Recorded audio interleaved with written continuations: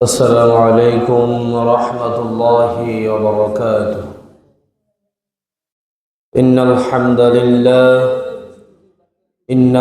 لله نحمده ونستعينه ونستغفره ونؤمن به ونتوكل عليه ونعوذ بالله من شرور أنفسنا ومن سيئات أعمالنا. من يهده الله فلا مضل له ومن يضلل فلن تجد له وليا مرشدا. فقد قال الله تعالى في كلامه المجيد وفي فرقانه الحميد: أعوذ بالله من الشيطان الرجيم. بسم الله الرحمن الرحيم. إن الله وملائكته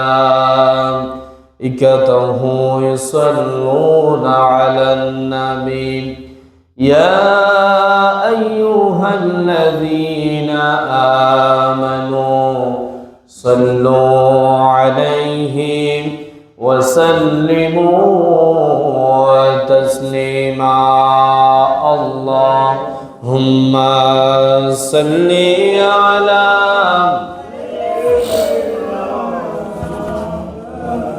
وعلى آل سيدنا.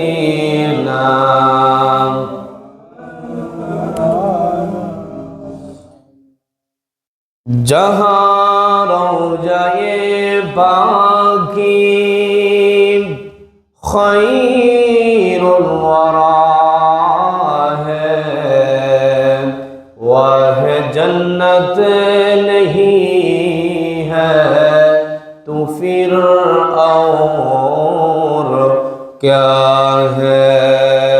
बलागल उला बिकमालिही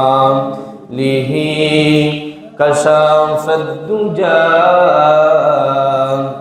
बिजमालिही हसनत जमीअ हिसालिही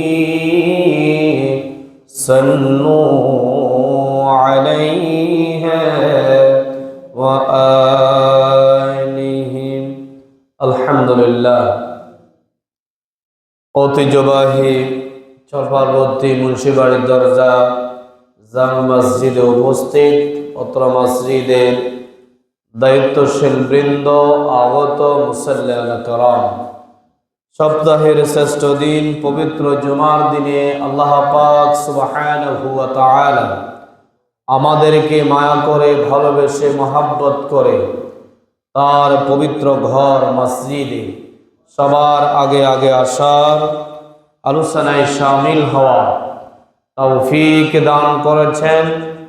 সেই জন্য সেই মুনিবের দরবারে একবার অবনত চিত্তে হৃদয়ের আবেগ অনুভূতিকে উজাড় করে দিই।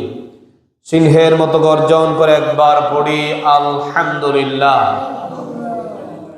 লক্ষ কোটি দরুদ ও সালাম পেশ করছি ওই মানবতার মুক্তির দিশারি সৈয়দুল মুরসালিন খাতামান নবিয়্যিন জনাব মুহাম্মদুর রাসূলুল্লাহ সাল্লাল্লাহু আলাইহি ওয়াসাল্লামের উপর, যাকে আজ থেকে ১,৫০০ বছর আগে নবী কিংবা রাসূল হিসেবে প্রেরণ করেছেন, যার পরে কোনো প্রকার নবী কিংবা রাসূল আসে নাই, এখনো নাই, কিয়ামত পর্যন্ত আসবে না।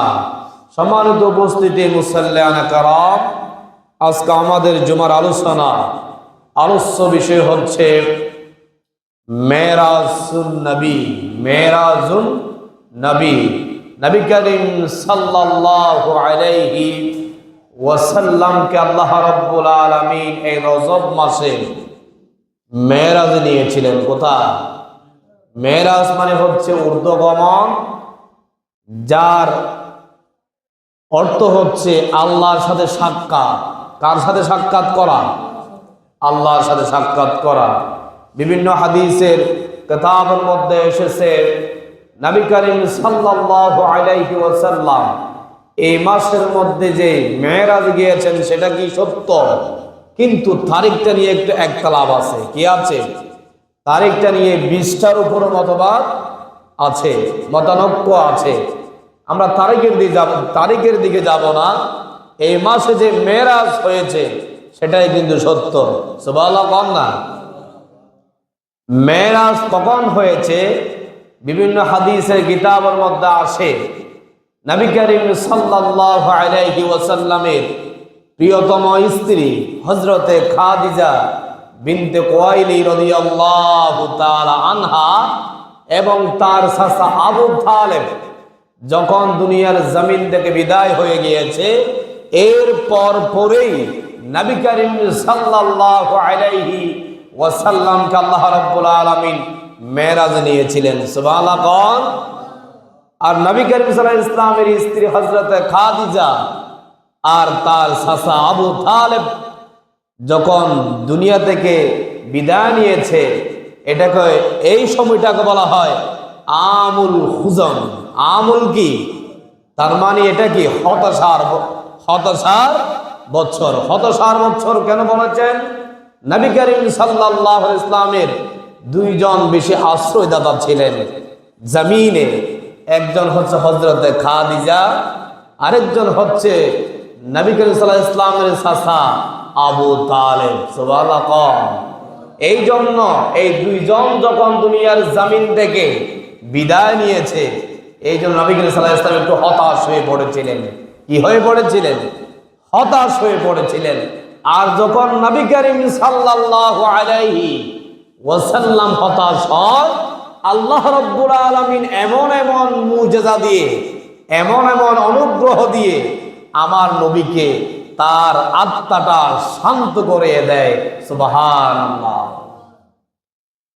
নবী করিম সাল্লাল্লাহু আলাইহি ওয়াসাল্লাম এই রজব মাসের মধ্যে আল্লাহ রাব্বুল আলামিন তাকে মেরাজ নিয়েছিলেন। কোথায়? মেরাজ নিয়েছিলেন।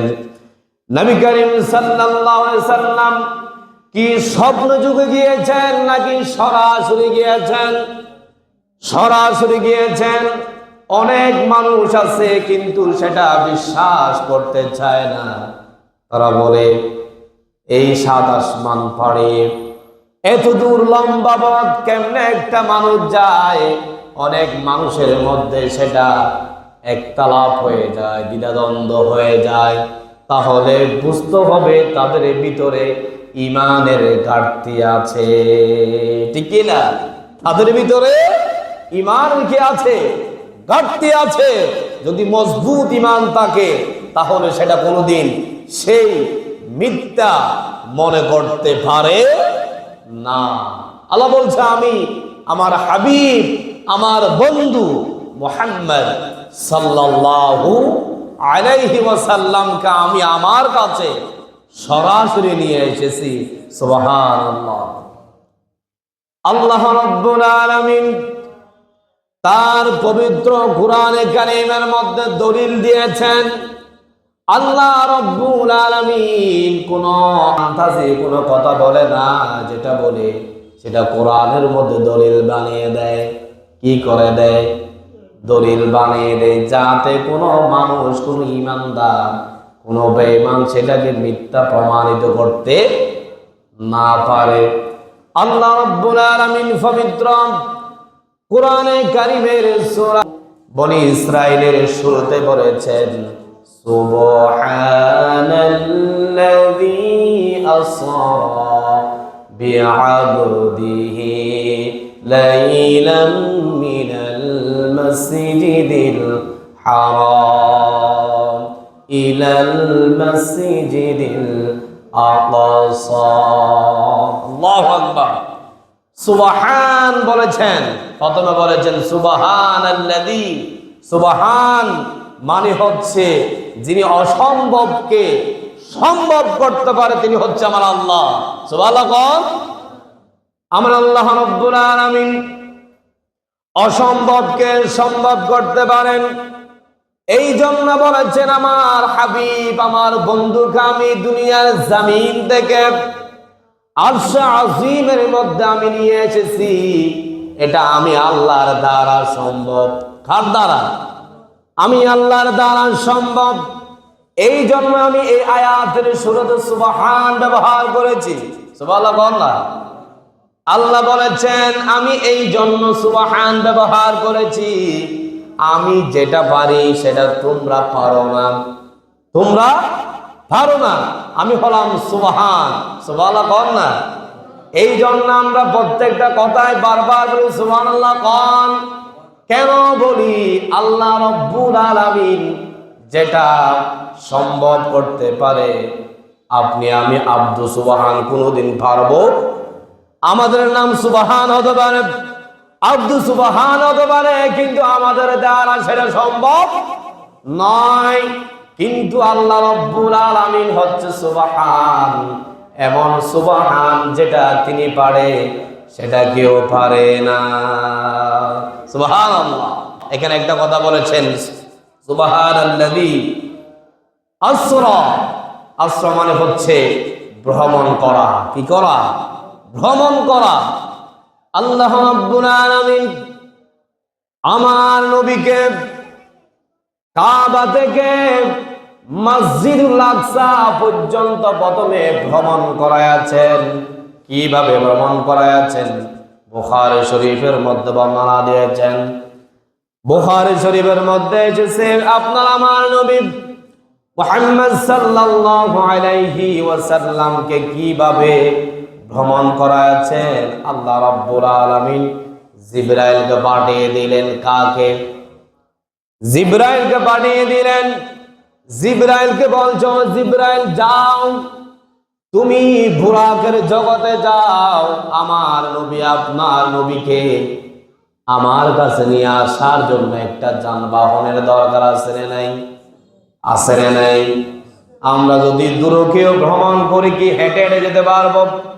এক সময় হেঁটে হেঁটে যেত, কিন্তু এখন যখন গাড়ি ঘোড়া বেশি হয়ে গিয়েছে, আমাদের রথ বাড়ি হয়ে গিয়েছে, ঠিক কিনা?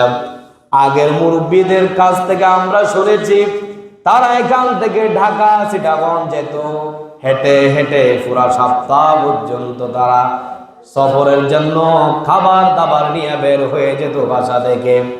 আর এখনকার মানুষ যখন বাড়ির সামনে বের হলে গাড়ি পাওয়া যায়, এই জন্য তাদের রথ বাড়ি হয়ে গিয়েছে, ঠিক না? আল্লাহ রাব্বুল আলামিন আপনার আমার নবীকে ভ্রমণ করাবেন। কিভাবে ভ্রমণ করাবেন সেটার বর্ণনা বুখারীর মধ্যে এসেছে। বুখারীর মধ্যে এসেছে জিবরাইলকে পাঠিয়ে দিল কোথায়? বুরাকের জগতে। বুরাকের জগতে যাওয়ার পরে একটা বুরাক তিনি বাছাই করলো, যে বুরাকটা সকল বুরাকের মধ্যে একেবারে পাতলা। একেবারে কি? পাতলা, যেটা দেখতে একেবারে মস্করা দেখা যায়। ওই বুরাকটা কি করেছে? পছন্দ করেছে। সুবহানাল্লাহ কোন। এখানেও হিকমত আছে। কেন? ওই বুরাকটা আল্লাহ রাব্বুল আলামিনের পক্ষ থেকে খবর পেয়েছে আমার উপরে সওয়ার করে বিশ্বনবীকে ভ্রমণ করাবেন আমার আল্লাহ। সেই দিন থেকে ওই বুরাক আনন্দে তিনি কান্না করতে করতে তিনি কানাপিনাও গ্রহণ করেন না। সুবহানাল্লাহ। এই জন্য বুরাকটা কি হয়ে গিয়েছে? পাতলা, একেবারে মস্করা দেখা যাচ্ছে। তার ভাগ্য কি ভালো নাকি খারাপ? ভালো না অবশ্য। যে যানবাহন বুরাক নামে যে যানবাহন, সেটার উপরে আপনার আমার নবী, নবীকুলের সম্রাট মুহাম্মদুর রাসূলুল্লাহ সাল্লাল্লাহু আলাইহি ওয়াসাল্লামকে ভ্রমণ করাবে, সেটা কি কোনো সাধারণ ব্যাপার? কোনো সাধারণ ব্যাপার হতে পারে? আমার আল্লাহ রাব্বুল আলামিন বুরাক যেটা একেবারে পাতলা সেটাকে বাছাই করেছে জিবরাইলের মাধ্যমে। হাদিসের মধ্যে এসেছে ওই বুরাকটার আকৃতি কিরকম, গাধার চেয়ে ছোট, খচ্চরের চেয়ে বড়। গাধার চেয়ে ছোট, খচ্চরের চেয়ে কি বড়, এমন সাইজের। আর ওইটা একটা প্রাণী, ওইটা একটা কি প্রাণী। আর বুরাকের কালার ছিল সাদা। সুবহানাল্লাহ বল না, বুরাকের কালার ছিল কি সাদা। আল্লাহ রাব্বুল আলামিন আপনার আমার নবীর জন্য বুরাক পাঠিয়েছেন। ওই বুরাকের বর্ণনা হাদিসের মধ্যে মুহাম্মদ সাল্লাল্লাহু আলাইহি ওয়াসাল্লাম বর্ণনা দিয়েছেন। এবার জিবরাইলকে বলেছেন, আমার আল্লাহ রাব্বুল আলামিন বলেছে, ও জিবরাইল তুমি জান্নাতের মধ্যে যাও। কোথায়? জান্নাতের মধ্যে যাও। আমার বন্ধুর জন্য তুমি তোমার পছন্দ মতো একটা জামা কি করো, পছন্দ করো। কি করো? পছন্দ করো জামা। ওই জান্নাত থেকে একটা জামা জিবরাইল পছন্দ করে নিলেন। এরপরে জিবরাইলকে বলেছ, জিবরাইল এই বুরাকার তো এই জামাটা আমার নবী মুহাম্মদ সাল্লাল্লাহু আলাইহি ওয়াসাল্লামের কাছে নিয়ে যাও। আমার নবীকে একটু তুমি ওপেন হার্ট সার্জারি করো। সুবহানাল্লাহ। ওপেন হার্ট সার্জারি কেন করে? বিশেষ করে যখন আমরা বিদেশ যাই, আমাদেরকে একটা আল্ট্রাসোনোগ্রাফি একটা পরীক্ষা নেওয়া হয়, অল বডির মধ্যে একটা পরীক্ষা নেওয়া হয়। যখন আপনি বিদেশ যাবেন, আপনার শরীরের মধ্যে যেন কোনো ধরনের রোগ আছে কিনা এটা কি করা হয়, যাচাই বাছাই করা হয়। কিন্তু আমার নবী, আপনার নবীর বেলায় যখন আল্লাহ রাব্বুল আলামিন ভ্রমণ করাবেন, তখন তাকে জমজমের কূপের পানি দ্বারা আল্লাহ রাব্বুল আলামিন জিবরাইলের মারফতে তার সিনা থেকে নাভি পর্যন্ত একেবারে কেটে ছিঁড়ে ফেলা হলো। কি করা হলো? ছিঁড়ে ফেলা হলো। জমজমের পানি দ্বারা আমার আপনার নবীকে একেবারে ওপেন হার্ট সার্জারি করা হলো। পানি দিয়ে একেবারে দ্রুত করে আবারও সুন্দর করে দেহ বানিয়ে দেওয়া হলো। সুবহানাল্লাহ। এটা ফারেকে সুবহান, এটা ফারেকে সুবহান। সুবহান মানে হচ্ছে আমার আল্লাহ। সুবহান মানে কে? আমার আল্লাহ। আলোচনাটা পরিবর্তন করা হয়, হয়তো কারো মনে থাকে, হয়তো কারো মনে থাকে না। আমাদের কিছু আলোচনা একেবারে ধারাবাহিক চলে। মাস আসলে আমরা রমজান মাস আসলে রমজান মাসে আলোচনা করি, যেমন রজব শাবান মাস আসলে কিছু কিছু বিস্ময়কর ঘটনা আছে, সেগুলো আপনাদের সামনে আমরা তুলে ধরি। এগুলো কোনো বানানো কোনো কিচ্ছা কাহিনী নয়, সবগুলো কোরআন কোথায় আছে? কোরআনে আছে। আল্লাহর নবী বিশ্ব নবী মুহাম্মদুর রাসূলুল্লাহ, জুড়ে বলেন সাল্লাল্লাহু আলাইহি ওয়াসাল্লামকে ওপেন হার্ট সার্জারি করে কোথায় নিয়ে গেল? ওই বুরাকের মধ্যে তুলল। কোথায়? বুরাকের মধ্যে জিবরাইল তুলল। তোলার পরে নিয়ে গেল মসজিদে আকসার মধ্যে। মসজিদে আকসা ছিলেন ফিলিস্তিনে অবস্থিত। কোথায়? ফিলিস্তিনে অবস্থিত মসজিদুল আকসা। সেখানে নিয়ে গেল আপনার আমার নবীকে। সেখানে নিয়ে যাওয়ার পরে জিবরাইল আলাইহিস সালাতু ওয়াস সালাম একটা পাথরের মধ্যে আঙ্গুল দিয়ে একটা গুঁথা দিল। কি দিল? ফেরেশতাদের আঙ্গুলের গুঁথা কত পাওয়ারফুল। আপনি আমি যখন একটা পাথর ভাঙতে যাই, হাতুড়া লাগে, কত মেশিনারি যন্ত্র লাগে। আর ওই ফেরেশতা, আল্লাহর ফেরেশতা যখন ওই পাথরের মধ্যে গুঁথা মেরেছে, সাথে সাথে ওই পাথরটা ছিদ্র হয়ে গিয়েছে। সুবহানাল্লাহ। কি হয়েছে? ছিদ্র হয়ে যাওয়ার পরে ওই ছিদ্রের ওই পাথরের মধ্যে বুরাকে জিবরাইল আলাইহিস সালাতু ওয়াস সালাম বাঁধল। কি করেছে? বেঁধে ফেলেছে। কোন কোন কিতাবের মধ্যে এসেছে বিশ্বনবী মুহাম্মদুর রাসূলুল্লাহ সাল্লাল্লাহু আলাইহি ওয়াসাল্লাম আগে ভ্রমণ করিয়ে জান্নাত জাহান্নাম পরিদর্শন করে এসে বাইতুল আকসার মধ্যে নামাজ আদায় করেছেন। আর কেউ কেউ বলেছেন তিনি নামাজ পড়ে সেখানে গিয়েছেন, নামাজ পড়ে ভ্রমণে গিয়েছেন। আমরা নামাজের আগের বর্ণনা দেব। আল্লাহর নবী মুহাম্মদুর রাসূলুল্লাহ সাল্লাল্লাহু আলাইহি ওয়াসাল্লামকে জিবরাইল আলাইহিস সালাতু ওয়াস সালাম ওই বুরাকটা মসজিদুল আকসার মধ্যে বেঁধে সেখান থেকে নিয়ে গেল প্রথম আসমানে। কোথায়? প্রথম আসমানে নিয়ে গেল। প্রথম আসমানে যাওয়ার পরে দরজার মধ্যে নক দিল। প্রথম আসমানে যিনি দায়িত্বশীল আছে আমাদের সকলের আদি পিতা হযরত আদম আলাইহিস সালাতু ওয়াস সালাম। সুবহানাল্লাহ। সেখানে যাওয়ার পরে জিবরাইল আলাইহিস সালাতু ওয়াস সালাম দরজার মধ্যে আঘাত করেছে। আঘাত করার পরে বলেছে তুমি কে? তখন বলেছে জিবরাইল, বলছে ইয়া জিবরাইল ও আদমু সফিউল্লাহ, আমি হলাম জিবরাইল। তোমার সাথে কে আছে? আমার সাথে নবীদের সম্রাট মুহাম্মদুর রাসূলুল্লাহ সাল্লাল্লাহু আলাইহি ওয়াসাল্লাম আছে। তোমাদের সাথে কি পাসপোর্ট ভিসা আসেনি? তখন বলেছে আমাদের সাথে যে পাসপোর্ট ভিসা রেডি করে দিয়েছেন আপনার আমার রব, তিনি হলেন আমার আল্লাহ। সুবহানাল্লাহ। পাসপোর্ট ভিসা তো আল্লাহ রেডি করে দিয়েছেন, এখানে তো বাধা থাকার কোনো কথা নয়। এবার আদম সফিউল্লাহ প্রথম আসমানের দরজা খুলে দিলাম। খুলে দেওয়ার পরে সেখানে ফেরেশতাদেরকে লাইন ধরে দাঁড়িয়ে দিল। সবাই ওয়েলকাম, স্বাগতম জানাতে লাগলো বিশ্বনবীকে। ফেরেশতারা স্বাগতম জানাতে হালাল সালাম স্বাগতম জানাতে লাগলো। এরপরে জিবরাইল আলাইহিস সালাতু ওয়াস সালাম থেকে জিজ্ঞেস করেছে আমার আপনার নবী বলেছে এটা কে?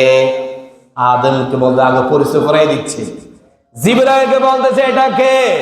তখন বলেছে এটা হচ্ছে আপনাদের সকলের আদি পিতা হযরত আদম আলাইহিস সালাতু ওয়াস সালাম। সুবহানাল্লাহ। সাথে সাথে আদম আলাইহিস সালাতু ওয়াস সালাম বিশ্ব নবীর জন্য হাত তুলে দোয়া করেছে, ওগো আল্লাহ তার সম্মান বাড়িয়ে দাও, তার মর্যাদা বাড়িয়ে দাও, এটা বলে আদম সফিউল্লাহ দোয়া করেছিলেন। সুবহানাল্লাহ। এরপরে দ্বিতীয় আসমানে এলাম। দ্বিতীয় আসমানে যাওয়ার পরে সেখানে দুইজন দায়িত্বশীল আছে। একটা নবীর নাম হচ্ছে নবী। দ্বিতীয় আসমানে দুইজন দায়িত্বশীল আছে, একজন হচ্ছে ইয়াহইয়া আলাইহিস সালাতু ওয়াস সালাম, আরেকজন হচ্ছে হযরতে ঈসা আলাইহিস সালাতু ওয়াস সালাম। তারাও মারহাবান আহলান সালাম দিয়ে দরজা খুলে দিলাম। এরপর আপনার আমার নবী মুহাম্মদুর রাসূলুল্লাহ সাল্লাল্লাহু আলাইহি ওয়াসাল্লাম নাকের মধ্যে একেবারে এমন সুগন্ধি পাচ্ছে, একেবারে মিশকে আম্বরের চেয়ে আরো সুগন্ধি। সুবহানাল্লাহ। বিশ্ব নবী জিবরাইল থেকে জিজ্ঞেস করেছে ইয়া জিবরাইল এখানে এমন সুগন্ধি কেন? এমন সুগন্ধি পাওয়া যাচ্ছে কেন? তখন জিবরাইল বলতেছে ইয়া রাসূলুল্লাহি ইয়া হাবিবাল্লাহ, এই জন্য আপনি এখানে সুগন্ধি পাচ্ছেন। হযরতে মূসা আলাইহিস সালাতু ওয়াস সালামের যুগে ফেরাউনের একজন দাসী ছিল, তিনি মাথা আসরাত ছিলেন। কি আসরাত ছিলেন? মাথা। এমন সময় হাত থেকে চিরুনিটা নিচে মাটির মধ্যে পড়ে গিয়েছিল। ওই দাসী বিসমিল্লাহ বলে ওই চিরুনিটা তুললেন। কি করলেন? চিরুনিটা তুলেছে। এটা ফেরাউনের আরেকজন দাসী শুনে ফেলেছে, বলেছে তুমি আমাদের ফেরাউনের নাম নিয়া তুমি কোন আল্লাহর নাম নিয়েছো? নাউজুবিল্লাহ বলবেন না। ওই দাসী বলেছে আমি ফেরাউনের নাম কেন নিব? এখন বলতেছি দ্বিতীয়বার আবার ওই চিরুনিটা মাটির মধ্যে ফেলে বলেছে ও ফেরাউনের আল্লাহর নামে আমি চিরুনিটা উঠালাম। কি বলেছে? ফেরাউনের আল্লাহর নামে চিরুনিটা নিচ থেকে উঠালাম। এরপরে ওই দাসী ফেরাউনকে বলে দিল তোমার এই দাসী মনে হয় আল্লাহর উপরে ঈমান এনেছে, এক আল্লাহকে রব মনে করে, তোমাকে রব মনে করে না, ওনাকে তুমি শাস্তির সম্মুখীন করো। নাউজুবিল্লাহ। এরকম কিছু লোক আছে না, কারো ভালোই দেখতে পারে না, পিছনে গিয়ে ফিন মারামারি শুরু করে, এগুলা মনে হয় আমাদের সমাজে নাই। আছেনি? কিছু লোক আছে বালাই দেখলেই চাই শুধু ওই লোকটাকে কিভাবে নিচে নামানো যায়, বিপদে ফেলানো যায়, চেষ্টা করে। এরকম কিছু লোক আছে না? আছে। এবার কি করেছে ফেরাউন? আসার পরে ওই তার দাসীকে বলেছে, তুমি কোন রবের নাম ধরেছ? আমার রব, আমি তোমার রব, তুমি আমার নাম ধরো নাই। তোমার এই সন্তান গুলাকে আমি ওই তেলের মধ্যে ফেলে দিব। কি করে দিব? তেলের মধ্যে ফেলে দিব, একেবারে গরম তেলের মধ্যে ফেলে দিব। তুমি কোন রবের নাম ধরো? তখন তিনি বলেছেন, তুমি আমার সব সন্তান যদি ওই তেলের মধ্যে ফেলে দাও, আমি ওই আল্লাহর নাম মুখে থেকে আমি কোনোদিন স্তব্ধ করব না। সুবহানাল্লাহ। এরপরে তার একটা সন্তান তেলের মধ্যে ফেলে দিল, সাথে সাথে পুড়ে যায়। আরেকটা সন্তান ফেলে দিলে এভাবে তার মোট ছিল 6টা সন্তান। কয়টা? 6টা। সেখান থেকে 5টা ফেলে দেওয়ার পর বলতেছে, তুমি এখনো কি পরিহার করবা না? তখন বলেছে, না আমি পরিহার করব না, এক আল্লাহর নাম আমার মুখে থাকবে। বলছে, তোমার যে দুধের একটা বাচ্চা আছে সেটা আমি এখানে ফেলার মধ্যে কি করে দিব? ফেলে দিব। তখন একটু সেই ভয়ে কেমন জানি করতেছে, কি ফেরাউনকে রব স্বীকার করবো কিনা। সাথে সাথে আল্লাহ রাব্বুল আলামিন জিবরাইলকে পাঠিয়ে দিল, জিবরাইল যাও, ফেরাউনের দাসী তো এতক্ষণ পরীক্ষায় পাস করে ফেলেছে, অল্পের জন্য তো ফেল করে ফেলবে, তুমি যাও, তুমি গিয়া তাকে একটু বাতিয়ে দাও, বাতায় দাও, তোমার সন্তান ওই তেলের মধ্যে ফেলবে, তুমি একটু আফসোস করিও না, তোমার জন্য আমার আল্লাহ সেখানে কল্যাণ রেখেছেন। সুবহানাল্লাহ। এরপরে ফেরাউনের দাসীর যে কুলের সন্তান সেটাও ফেলে দিয়েছে। ফেলে দেওয়ার পর ওই সন্তান ওই তেল থেকে বলতেছে, ওগো মা, তুমি আফসোস করি না, তুমি এখানে আসো, আমরা এখানে অনেক আরামে আছি। সুবহানাল্লাহ। ওই তেলের এখানে কি পাওয়া যাচ্ছে? ঘ্রাণ পাওয়া যাচ্ছে। আল্লাহু আকবার বলবেন না?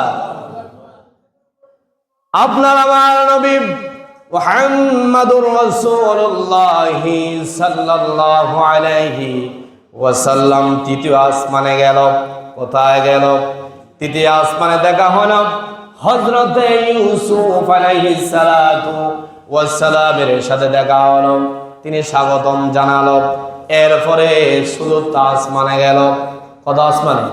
চতুর্থ নম্বর আসমানে গেল। যাওয়ার পরে সেখানে দেখা হলো হযরতে ইদ্রিস আলাইহিস সালাতু ওয়াস সালামের সাথে। কার সাথে? ইদ্রিস আলাইহিস সালাতু ওয়াস সালামের সাথে। এরপরে পঞ্চম আসমানে গেল, সেখানে দেখা হলো হযরতে হারুন আলাইহিস সালাতু ওয়াস সালামের সাথে। এরপরে গেল ষষ্ঠ আসমানে, সেখানে দেখা হলো হযরতে মূসা আলাইহিস সালাতু ওয়াস সালামের সাথে। এরপরে তিনি সপ্তম আসমানে গেল, সেখানে দেখা হলো কার সাথে? হযরতে ইব্রাহিম আলাইহিস সালাতু ওয়াস সালামের সাথে। সুবহানাল্লাহ। এরপরে এই আসমানগুলো ভ্রমণ করার পরে তাকে সিদরাতুল মুনতাহায় নিয়ে গেল। কোথায় নিয়ে গেল?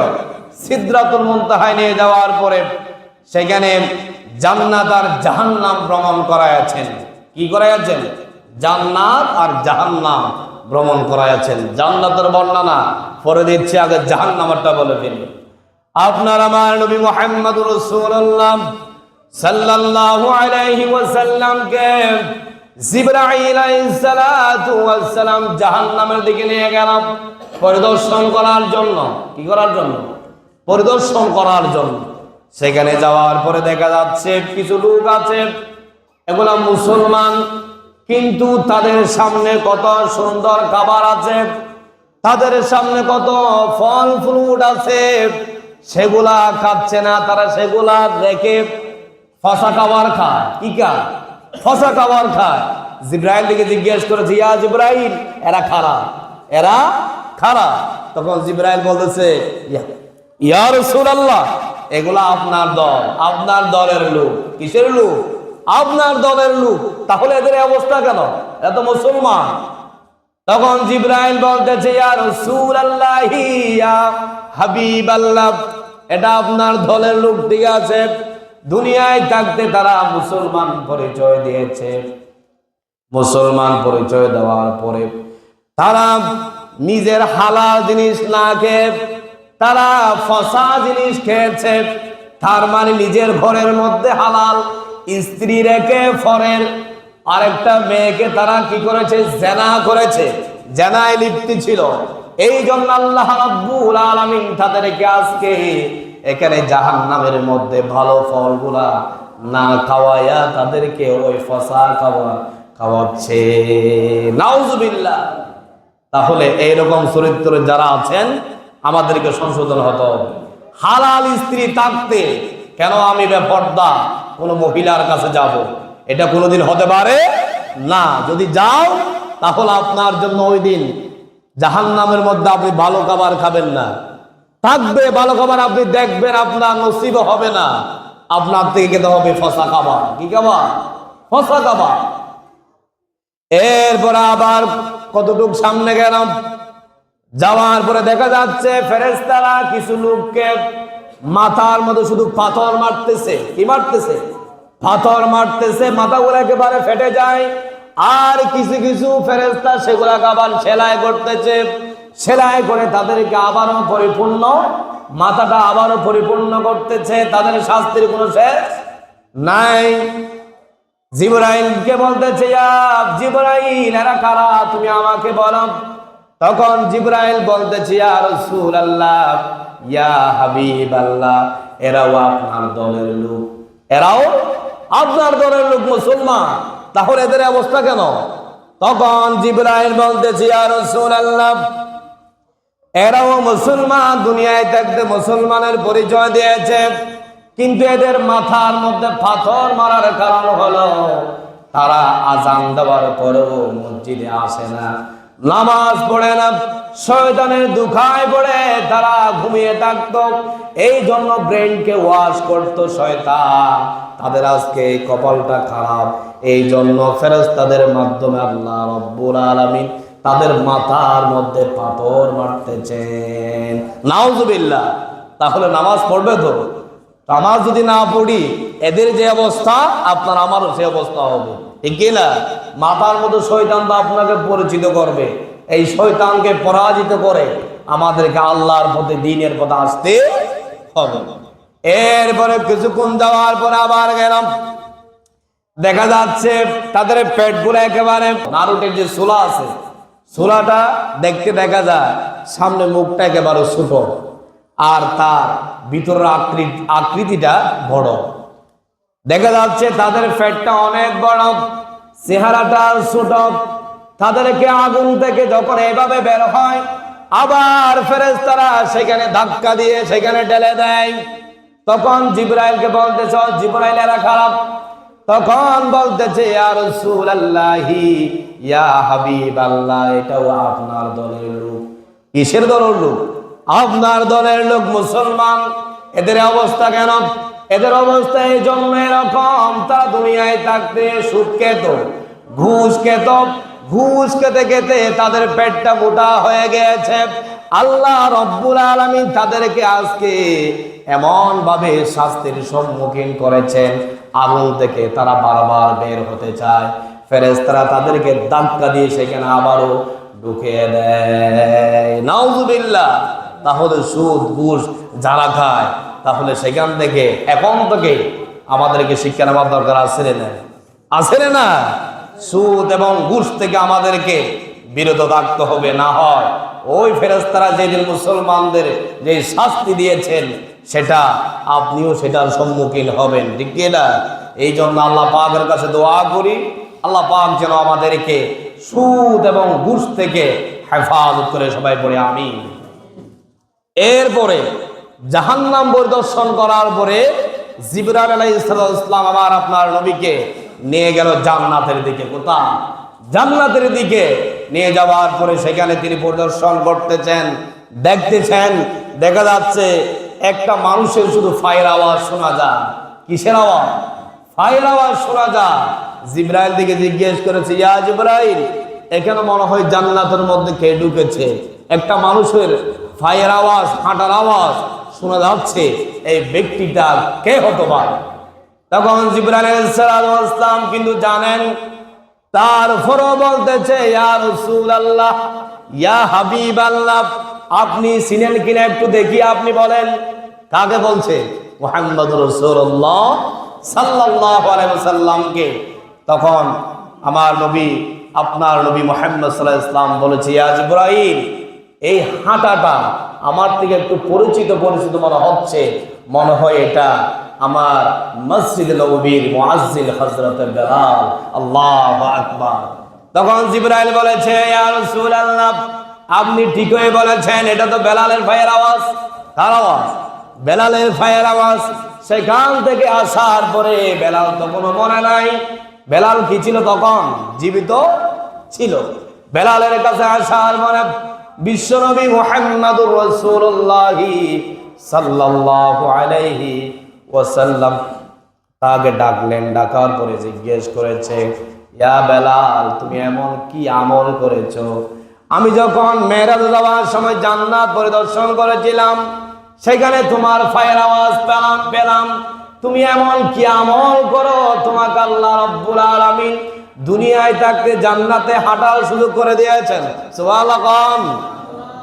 এবার বেলাল বলেছে, ইয়া রাসূলুল্লাহ, ইয়া হাবিবাল্লাহ, আমি হলাম একেবারে কালো বেলাল। আমার মতো কুচ্ছিত মানুষ এই মদিনার মধ্যে আর নাই, কিন্তু আমি বেশি কিছু আমল করতে পারি না। একটা শুধু আমল করি, আমি প্রতিদিন মসজিদে যাওয়ার আগে 2 রাকাত তাহিয়াতুল ওযুর নামাজ পড়ে নেই। সুবহানাল্লাহ। 2 রাকাত তাহিয়াতুল ওযুর নামাজ পড়ি। এই আমার বাড়তি আমল হচ্ছে এটা। মনে হয় আল্লাহ রাব্বুল আলামিন তার ভালো লেগেছে, এই জন্য আমাকে দুনিয়ায় থাকতে জান্নাতে হাঁটা সুযোগ করে দিয়েছেন। সুবহানাল্লাহ। তাহলে এই ছোট ছোট আমলগুলো আমাদের করা দরকার আছে না? আছে না? আমরা শুধু 4 রাকাত সুন্নাত পড়ে বসে থাকা, নামাজ দরকার নাই। আর আরেকটা কথা আপনাদেরকে আমার বলতে প্রতিদিন বলে যায়, দেখা যাচ্ছে আমরা আলোচনা শুরু করে দিয়েছি, অনেক লোক আছে আসার পরে সেই নফল সুন্নত যা আছে পড়তেই থাকে। আছে না? আমি বলবো, আসার পরে যখন আমরা নামাজ পড়ার জন্য, সুন্নত পড়ার জন্য পরে সময় দিয়ে থাকি, আপনি 2 রাকাত শুধু তাহিয়াতুল ওযুর নামাজ পড়ে বসে যাবেন, যেহেতু আলোচনা শুরু হয়ে গিয়েছে। আমি যখন আলোচনা করব, আপনি এখানে নামাজ পড়বেন, আপনার নামাজ ব্যাঘাত হবে। কি হবে? একটা মানুষ যখন নামাজ পড়ে, যতই পারদর্শী হোক, সেই যতই একেবারে কোরআন সম্পর্কে জানুক, কিন্তু একটা মানুষ যখন পাশে আওয়াজ করে, তার খেয়াল ছুটে যায়। কি ছুটে যায়? নামাজ থেকে মনোযোগটা ছুটে যায়। এই জন্য আমি বলবো, অন্তত 2 রাকাত নামাজ পড়ে আমরা বসে যাব, পরে এটা আদায় করে নেবে। 4 রাকাত যে সুন্নাহ, কবলাল সুন্নাহ, এটা আমরা পরে আদায় করে নেবে। ঠিক কিনা? আমি প্রতিদিন দেখি অনেক আছে শুধু সুন্নত পড়তেই থাকে। এখানে আমি আলোচনা করি, কিন্তু আমার আলোচনা আছে, আপনার নামাজটা অনেক গুরুত্বপূর্ণ, এটা গুনার ভাগিদার হতে হবে আমাকে। এই জন্য বলি, এই আলোচনাও শোনার দরকার আছে, নামাজও পড়ার দরকার আছে। এই জন্য পরে কি দেওয়া হয়? সময় দেওয়া হয়। এই জন্য আমরা প্রতিদিন পরে আদায় করব। যদি দেরি করে আসি, আগে আসতে সমস্যা নাই, আদায় করে নেবেন। সময় তো শেষ, মেরাজ আলোচনা পুরো শেষ করতে পারলাম না। বলেছিলাম জান্নাত কি করেছে? ভ্রমণ করেছে। সেখানে আওয়াজ পেয়েছে কার? বেলালের। এরপরে তিনি সিদরাতুল মুনতাহায় যাওয়ার পরে জিবরাইল আলাইহিস সালাতু ওয়াস সালাম সেখান থেকে আবার মসজিদে আকসার মধ্যে নিয়ে আসলো। কাকে? আপনার আমার নবী মুহাম্মদ রাসূলুল্লাহ সাল্লাল্লাহু আলাইহি ওয়াসাল্লামকে। সেখানে আসার পরে তিনি নামাজ আদায় করেছে। কয় রাকাত? 4 রাকাত নামাজ আদায় করেছে। সেখানে আল্লাহ রাব্বুল আলামিন যত নবী রাসূল আছে সবাইকে সেখানে একত্রিত করলেন। কোথায়?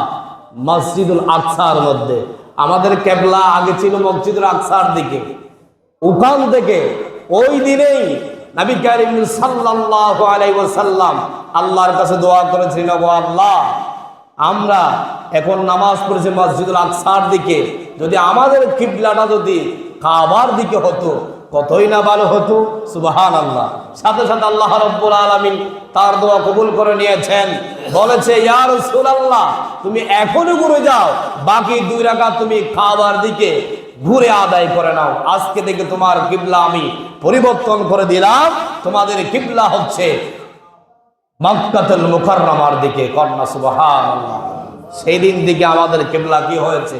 পরিবর্তন হয়েছে। আর কাবা শরীফের বরাবর উঠে 7 আসমানের উপরে আরেকটা মসজিদ আছে, যেটার কিবলা হচ্ছে ফেরেশতাদের, এটাকে বলা হয় বাইতুল মামুর। বাইতুল কি? মামুর। ওই মসজিদের মধ্যে একসাথে 70,000 ফেরেশতারা নামাজ আদায় করতে পারে। সুবহানাল্লাহ। ওই মসজিদের মধ্যে যে ফেরেশতা একবার ঢুকে নামাজ আদায় করতে পারে, দ্বিতীয়বার সে আবার সুযোগ পায় না, দ্বিতীয়বার আর সুযোগ পায় না। সেটাকে বলা হয় বাইতুল মামুর। এটাকে কি বলা হয়?